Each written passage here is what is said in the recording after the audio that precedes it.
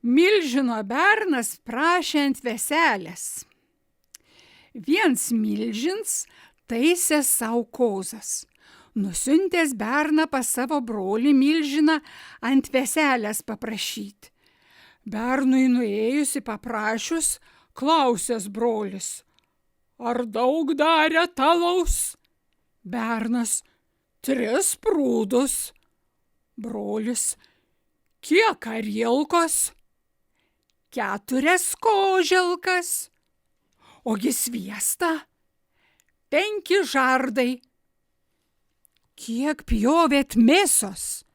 Berns: da nepjovėm, bet 3 metai, kai 5 vyrai vieną jautį iš mišką ved, ale tik tai ragai jo dabate matyt. Ogi ar daug bus muzikantų?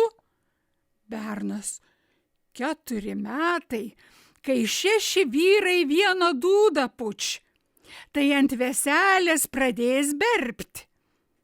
Milžina brolis delnus sumuša, taukšt ir pasproga delnai jo. Sakas: ne, nebeisiu, kad jau iš vieną apsakymą suplojus delnai pasproga, o kad nueisiu į veselę, kas bus?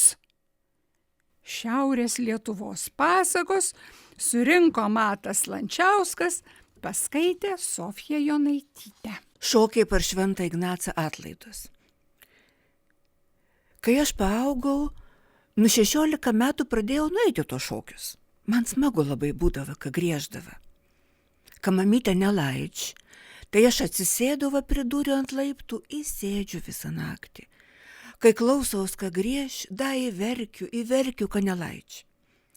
Saka: neisi rytoj.